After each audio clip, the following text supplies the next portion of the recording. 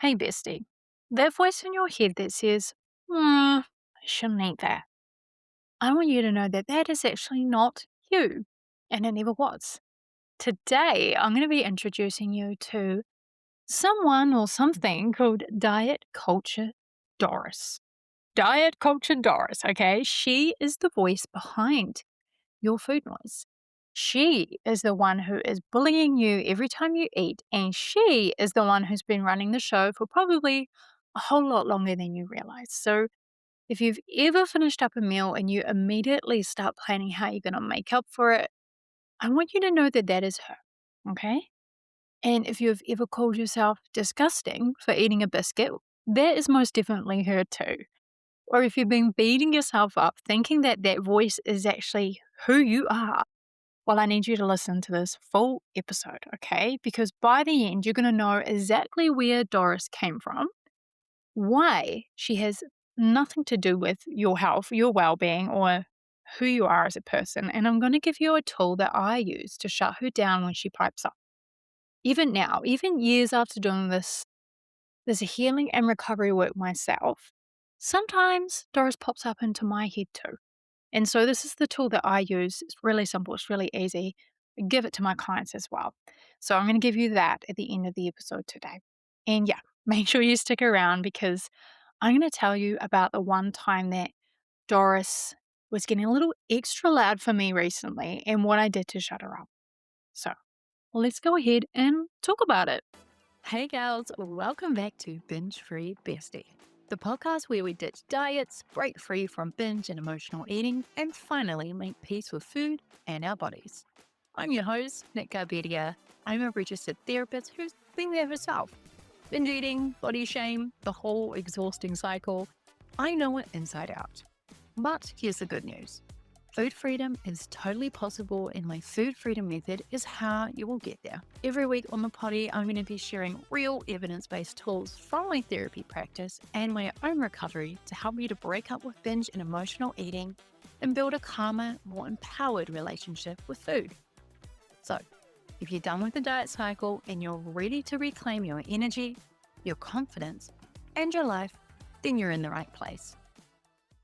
Hey, welcome back to the show. This is the podcast for women who are done diluting themselves with diet culture's bullshit and they're ready to just go be their whole vibrant selves. I'm Nick. I am a registered counselor. I'm also a recovered binge eater and the founder of Binge Free Bestie. And if you're new here, I just want to say welcome, welcome, welcome. You are so welcome here, and I'm really excited to meet you. And if you've been with me for a wee while, welcome back, of course. Now, we're going to get into it. As I said before, this is really quite a juicy episode. And we're talking about Diet Culture Doris. And she is something that I get asked about constantly. I actually have a whole workshop where I talk about Doris and I talk about it in my program, The Breakup, as well. But I thought, why don't I make a whole podcast episode on this as well and just give that space to really dive in deep? So you're probably thinking, who the heck is Diet Culture Doris? What is she on about? Now, Doris is a very special name that I give to the diet voice. Okay, you don't have to call her Diet Culture Doris, but I kind of like it because it's ridiculous. And that's what diet culture is, right? It's ridiculous. You could call her Diet Culture Karen, I reckon, because it's the same tone and you can get where I'm going with this, right? Doris is that nasty little voice, that really nitpicky, nagging one that comments on what you eat before you've even swallowed it or when you're thinking about it. Is that little whisper in your head that tells you, well, you had the biscuit, so you've ruined the whole damn day, eat the whole thing, you suck. Why did you do that? Oh, you've done it again. You're a failure. That real nasty bully. She is the one who also says things like, well, you got to go for a run now, or you've got to throw out all of the bad food in the cupboard because you're not allowed that ever again. you know? So as I said, you might know her by a different name. Some of the girls that I work with call her the binge brain. Some people refer to it as just food noise. So it doesn't matter what you call her, but it's that same voice, right? And The bit that changes everything is once you actually start to get that and get the fact that Doris is not you, okay? That voice in your head, that is not your highest, healthiest self. Not at all. Doris and you are separate.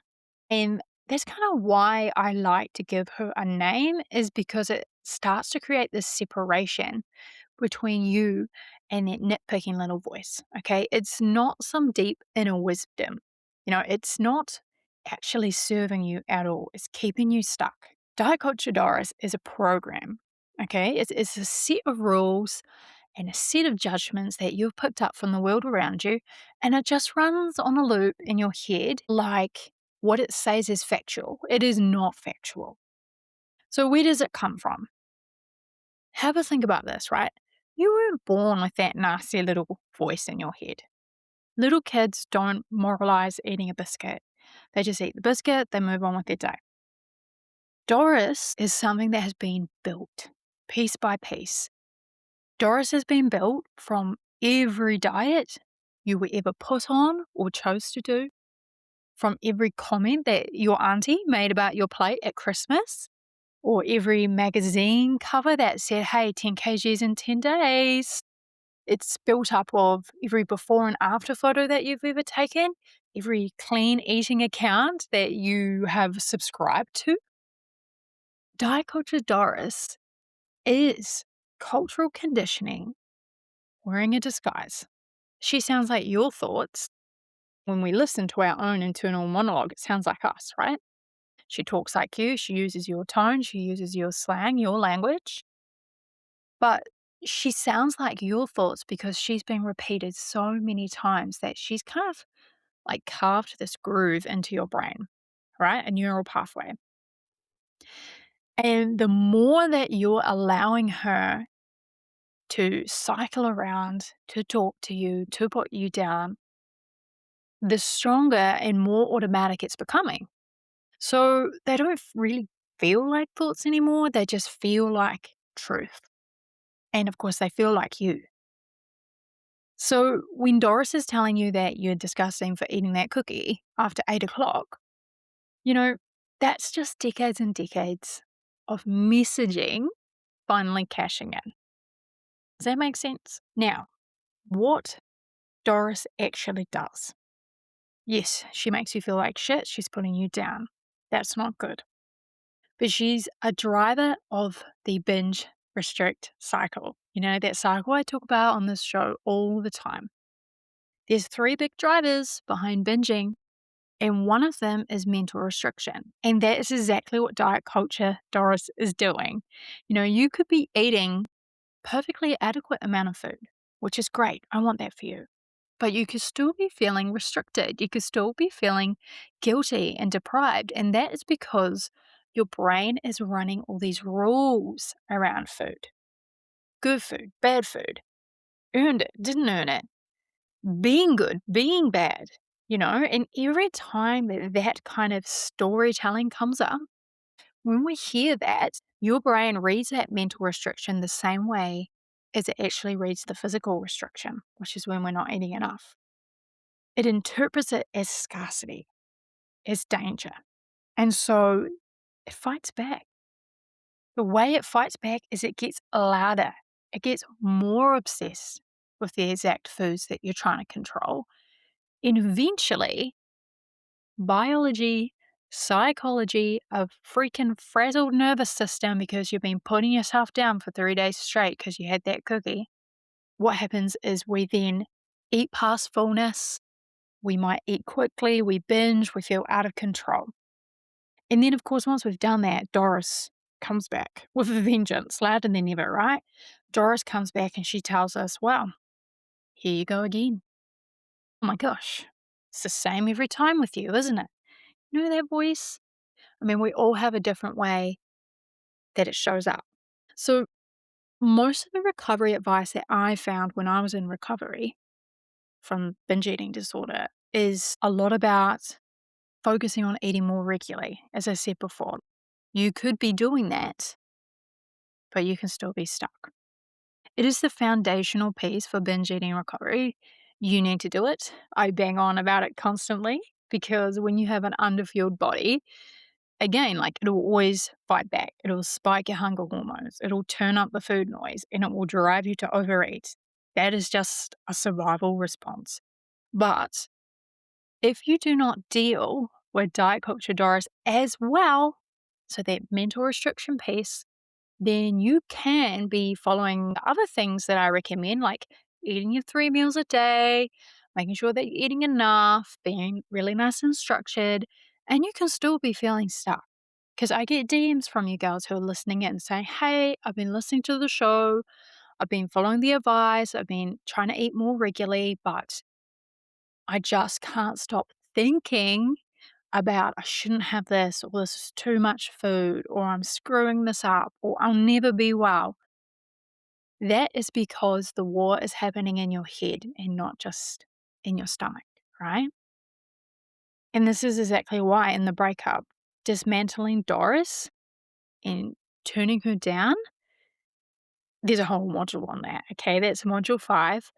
And that's all about rewiring the mind. So dismantling diet culture, reprogramming this kind of stuff, it does take real deliberate practice. It's not going to be just a switch that you flip.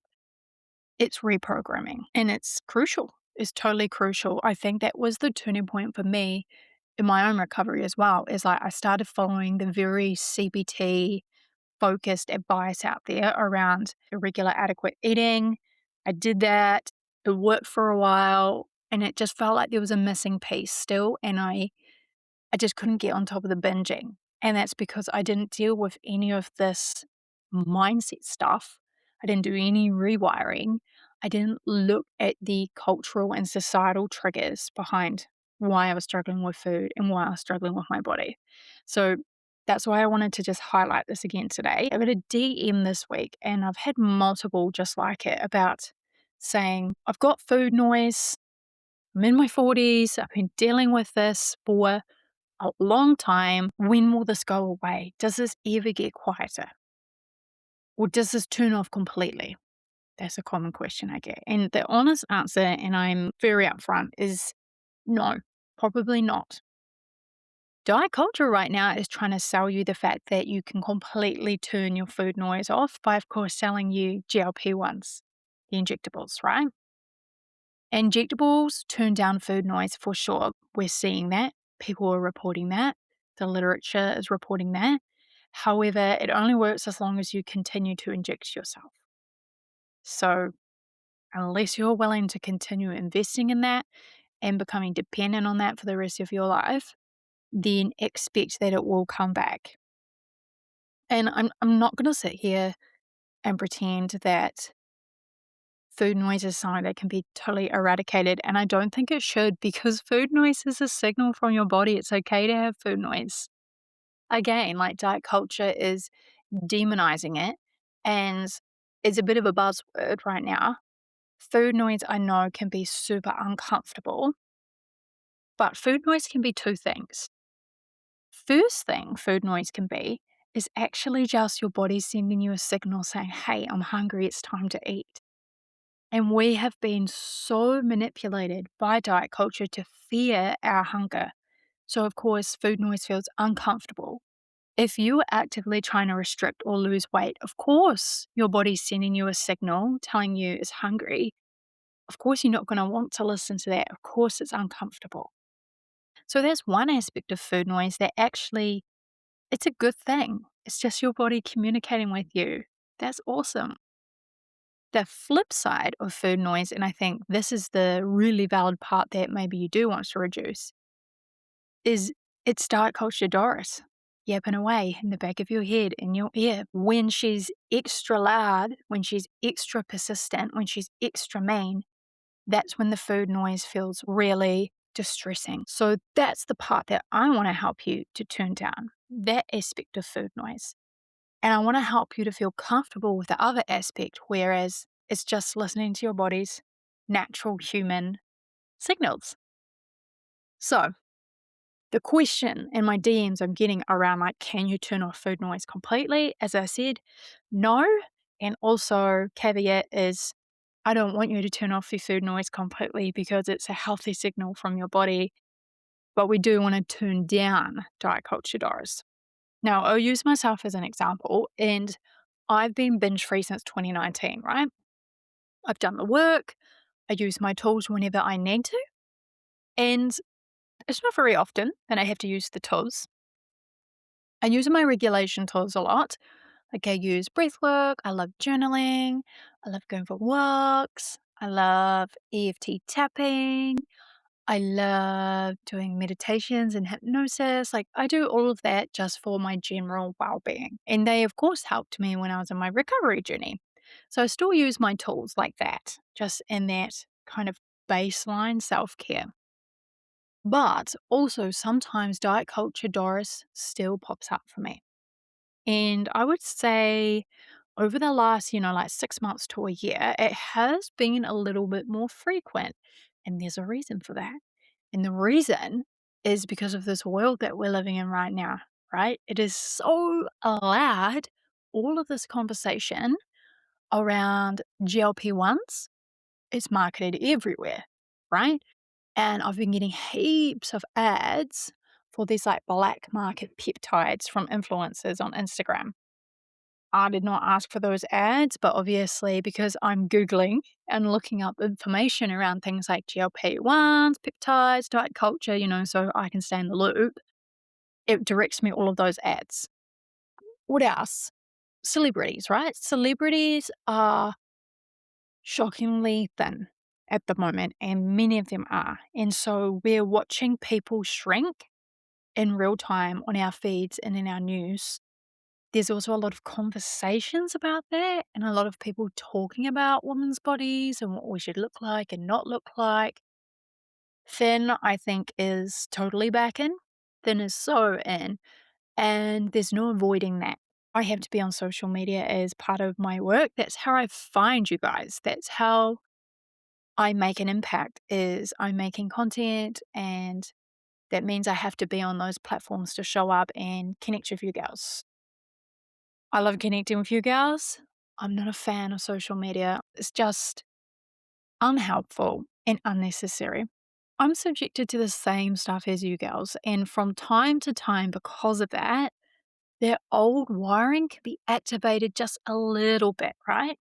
As well as things like, okay, I'm 33 now, my hormones are changing, I'm thinking about having a baby, so my body is changing in shape and size the way every human does. And in those times, maybe sometimes I'll notice a little more of a whisper. But here's the difference, right? It's a whisper, it's not a scream, it's not at full volume because the pathways are not strong anymore because I'm not using them. They're weak. I've spent years reprogramming them. When Doris shows up now, what I'm doing is I'm noticing her. I'm like, oh, that's interesting. Okay. Got a little whisper from Diet Culture Doris today. Where's that coming from? But yeah, I was just on Instagram and I just saw a reel that I didn't like. Someone injecting themselves talking about the inspiration, that kind of stuff. And so that little voice might come up in my head. She shows up, I notice her, and I use what I know. I use my tools, I regulate, I turn off my phone, I recognize, okay, it's just firing up that old pathway, it's all right. And then I move on. Doris is not running the show for me anymore. And that's the goal, okay? So our goal is that this is not running the show anymore, not that you have to reach a space of silence forever. You can think of it like volume control, right? So I promised you today I was going to share you a quick, really simple tool. It's something practical. It is a tool from one of my recent workshops that I'm running at the moment. And of course, it's from the breakup too. And it's a really, really good starting point for turning down Doris's volume. So this tool is called the Diet Culture Thought Detox. So this isn't a diet culture detox like most of us are used to. This is truly a healthy detox. And it's just 4 steps. So nice and easy. So, step one is I want you to first just notice the thought. So, we're catching them in real time. So, that you're standing in front of the mirror, say, or you catch your reflection, or you're standing in the pantry and you think, oh, I shouldn't eat that. I've been so bad today. Start again Monday. Oh, you suck. Here you go again. Whatever it is. The thing is, most of us will have the same style or flavor narratives going round and around in our heads. So you're going to start to not just notice the thought, but you're going to notice patterns and themes in the kind of stuff that Diet Culture Doris is saying to you. She's very repetitive. Okay. So step one, notice the thought. Step two, name the voice. So I want you to actually say it. You can say it out loud, you can just say it to yourself in your head. And you just say, oh, hey, it's Diet Culture Doris. Here she is again, showing up on time. Thanks for your opinion, Doris, but get out of here. And I want you to have sass and I want you to take a bit of humor with it because it really does help take the sting out of it. And I don't know the magic of this, but it really does work when you just have a little fun with it. Like, oh, here she goes again. Heard it before, Doris. Off you go. So try it. Try this before you flip it out the window. It really is good. Okay. Step three, if you have the time and the headspace, is to challenge it. So I want you to ask where it came from. So you've had the thought, you've labeled it, oh, that's Doris. Now say, well, where did I learn this? Who taught me this? Is this actually true? Is it just something I've heard repeated 1,000 times? Carbs make me gain weight. Well, we all know that's crap now, but you probably picked that up from back in the day when you were doing Weight Watchers, or maybe someone at work told you, or your mum. Maybe it was a magazine from 30 years ago. That's not science, that's just conditioning. Okay? Step four is then we're going to replace the thought with something neutral. It doesn't have to be self lovey dovey, it doesn't have to be body positivity. Just replace it with something that is truthful for you, right? So you could replace carbs make me fat with, you know what? Thanks for that, Doris. Heard that one before. But actually, all foods fit, and some foods feed my body and some feed my soul, and both of those things matter. So make sure you've got a little bank of things that you can snap back to Diet Culture Doris about because sometimes it can feel really hard in the moment to reframe. So give yourself like 4 or 5 different snapbacks that you can come up with, and you can even save them on your phone or something like that. So if you are feeling stuck on how to reframe, pull up your notes, find the reframe, say it to yourself. So that's it. First, we're noticing. I'm having the thought that I've been so bad today. Number 2, we're naming it. Whoop. Hey, that's actually Diet Culture Doris. That's not me. That's not my healthiest self. Thanks, Doris, but you can bugger off. You challenge it. Where did I learn this? Where did I pick this up? Is that even true? And then you replace it. All foods fit. I deserve to eat. I'm giving myself permission. Okay? Notice, name, challenge, replace. The goal is not to have to think positively about food all the time. Is not realistic because, again, like you've just carrying so many rules. You've been struggling for years. So we don't have to expect that of ourselves right now. I'm not going to ask that of you. But the goal is to start seeing thoughts as thoughts and not instructions that you have to obey or truths that you have to take on about yourself. Hope that makes sense. So, bringing it back to you. If you've been listening to this and you've been thinking, oh my God, that is literally the voice in my head, then I want you to know 2 things, okay? Number 1 is that you're not broken and you're not alone in this. This is a common thread with every woman I've worked with. Every woman has this voice in her head to one degree or another. She might not call it Doris, she might call it something else, but we've all got it, okay? And point 2 is that this is a learnable thing. So you can really, truly turn this voice down. I am proof of that. And so are the women that I support. If you want to go deeper on this, I mentioned before that this is one of the things I do in a workshop that I run. It's totally free and it's called Why You Overeat and What to Actually Do About It. So I've run it about 4 times in the last month.